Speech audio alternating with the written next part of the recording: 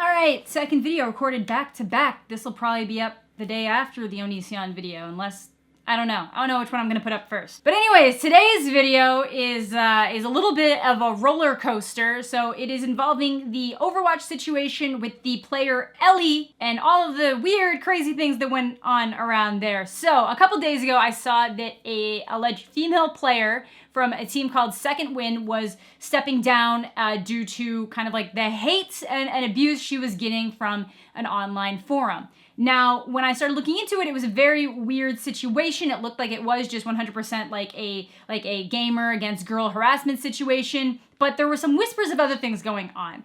And I didn't see a lot of the hate openly on her page or anything like that. But when you start digging deeper, well, some of the people that were going after her do have a history of being really shitty people and toxic in the gaming environment, like Haunt. But other than their history of being like really like shitty towards female players, there were whispers that Ellie didn't seem as legit as she was presenting herself. So for one, her account information and how old it was didn't really seem to lend credence to how far along she was in the Overwatch world. A lot of people were like, there's no way this is her main account. There must have been one before it. Her Twitter was only made on December 16th, and that's when the entire personality and persona just came to life. And it all coincided really well with when Second Wind dropped one of their players, Kaluj, because he'd also been saying stupid things online. So the timeline really kind of built together. So a lot of the complaints that came forward was that Ellie was actually just providing the voice for another player that was obviously probably a male. A lot of people were saying that it was a player named Punisher. And then around the time that Ellie said she was leaving the team due to the harassment and getting a lot of support and people telling her to come back,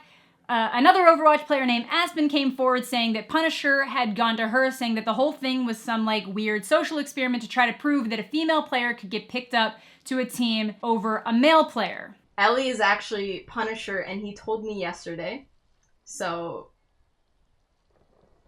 there you go. Now the thing is, immediately it might have looked like it proved that. It might have looked like, well, if Punisher already had that skill level, why wouldn't they have picked up Punisher over her? But what they're not taking into account is that one of Second Wind's players had just made some like relatively sexist comments that people were very upset about. So Second Wind might have specifically put a favoritism over picking up somebody like Ellie to try to repair that damage that Haku might have done to their brand name. Hello, it's day after Amanda here to add some context. So just to clarify a couple of things, when I'm talking about a guy named Haunt, he is a well-known kind of like troll harasser in the Overwatch community to the point that he's actually been hardware banned by Blizzard in the game, meaning that his behavior in-game is so bad that they literally just decided that he wasn't even worth keeping around anymore. And before you guys think it's just some like sad little 13-year-old, he's actually 17. Actually, he was 17 a year ago, so he's probably 18 now. Definitely old enough to know not to act this way, so don't feel too bad for him. And anytime he gets in trouble for anything, he just seems to come back feeling really sorry for himself, saying that he loves esports, but then he never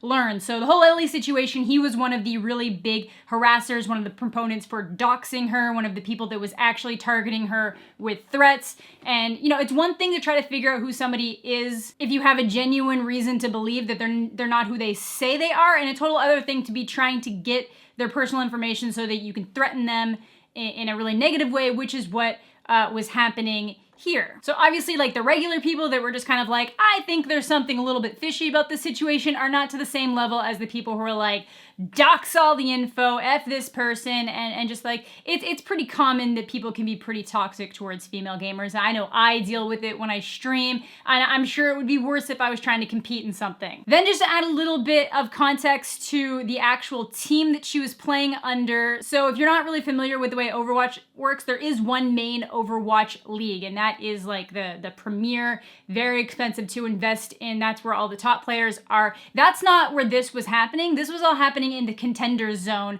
And the reason why it wasn't actually discovered by Blizzard, where it honestly would have gotten discovered eventually, it was because the paperwork hadn't even been fully processed yet. That's what Blizzard's official statement says. They even specifically say that Ellie was never formally submitted to the active roster of Second Wind and never played in a contenders match. And because of that, her contenders paperwork was never actually completed, so there was no way for it to be actually discovered by Blizzard, where they probably would have figured out that things were not as they seem to be. So kind of imagine like high school level football versus like college or NFL level football. I wouldn't even say college, because I know college football is a really, really big deal and there's a lot of money to be made there. So I would say that this would be like the difference between high school sports and professional sports. So these are the contenders. These are the people that are hoping to advance to that next level, and that's why there wasn't this like immediate scrutiny. And again, because the timeline was so fast, no one was able to figure it out. So let's get on with the rest of the video. Now, before people start blaming Second Wind, they've maintained that they had no idea. They were trying to respect her privacy, so they didn't push too hard for like having her attend certain events yet. And just because it was all still very much in the infancy, you gotta realize that all this has gone down in less than a month. It literally started and blew up and then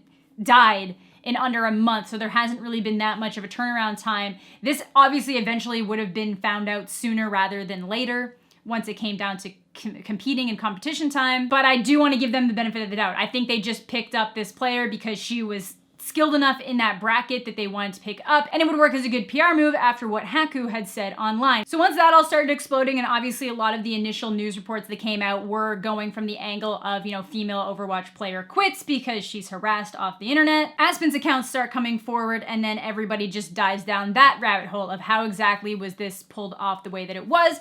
And Rod Breslow, or Slasher on Twitter, actually went out there and did the extra mile and started contacting Ellie, or the person who is the persona of Ellie. And he says that when talking to her in private messages, he said that she confirmed that she was not the one playing, she's 17 years old, and she's really not that good at Overwatch, and that no one in Second Wind from the players or the management were aware of the situation that was going on. It was confirmed that Punisher was the one playing, so when Rod was talking to someone named Katsui, she said over the phone that Punisher also proposed to her a similar social experiment as his playing through/with Ellie, and she says that he apparently had asked several women in the Overwatch community the same, so we'll probably get more accounts coming forward. He had talked to a couple other people. Some of them wanted to remain anonymous, but there's Discord messages showing that he was specifically doing it a lot because you'd get male players sliding into the DMs offering to like pay them for things, and basically just giving him money believing that he was a girl to try to like seduce her or whatever. Beyond that, there just seemed like a lot of evidence of Punisher pulling this kind of stunt numerous times. There's footage of him playing with XQC on an alt account, and then again having a female using the voice at the end of the game just to say GG. And one of the more recent things that came forward was that Rod said a third woman who had spoken to Punisher but doesn't want to be named and didn't come forward earlier because they were scared of harassment, said that Punisher is behind the Ellie Discord, the Twitter account, and that it's all fake, which I kind of assumed. I just assumed that he would get a girl to do the talking, not to do all of the like behind the scenes, like,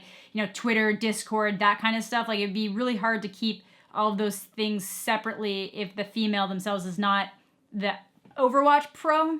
So I kind of just assumed that Punisher would have had to have been in control of everything behind the scenes. So what I take from that is that yes, there was somebody who was an Ellie that Rod allegedly spoke to who would be the voice of the person, but like I said, to keep everything in line, Punisher would probably have to be the one, you know, puppeteering everything. You couldn't just run the risk of that person saying something behind the scenes, I guess. So that part at least makes sense to me. But either way, this is a wild situation that's really unfortunate because it is honestly terrible for any actual females trying to make it as a pro player in any game, really, but especially Overwatch. There are a handful of respected female Overwatch players, but there's also a lot of harassment that goes on in the Overwatch world and presumably anywhere else where there are female players in higher pro positions. Now, what sucks specifically about this is that if we do get a female player that is genuinely very good and very skilled, you're gonna get all these people being like, Ellie 2.0, let's see your papers, and then just using that as an excuse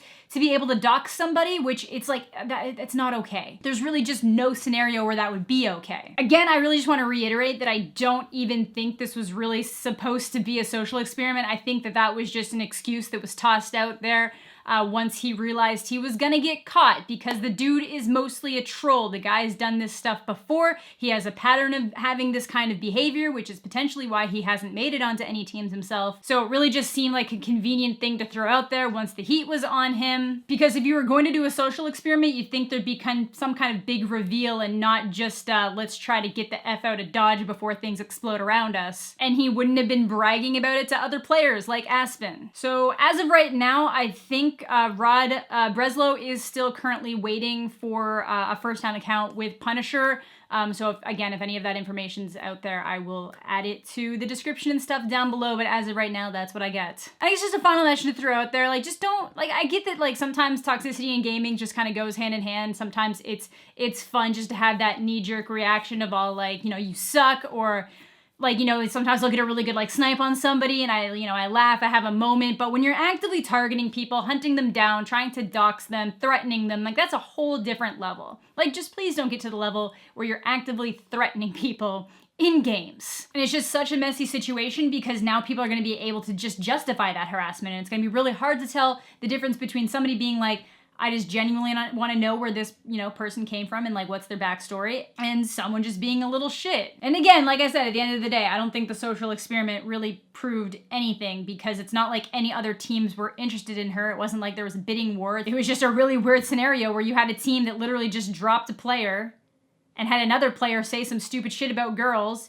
and you suddenly have a female that meets the requirements to potentially join your team, suddenly appears, so you can kind of hit the two birds with one stone. I'm sorry, feed two birds with one stone. But it really just seemed like he was just being a little shit. It just seemed like he was being a little shit. There's a bunch of stuff showing that he's typically a little shit, and he probably just liked the fact that if he pretended to be a girl, people gave him things.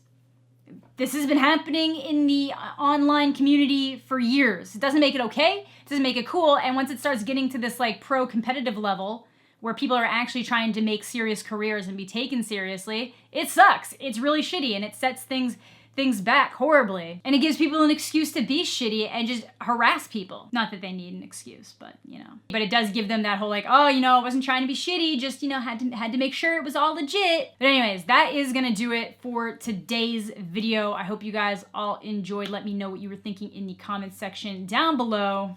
This is a crazy situation, and by the time this video gets uploaded, there might even be new information out there that I will try to keep posted in, like, the comments section. So just keep an eye in the comment section or the video description for other information. So thank you all so much for watching. Have a fantastic day, and we'll catch you all later.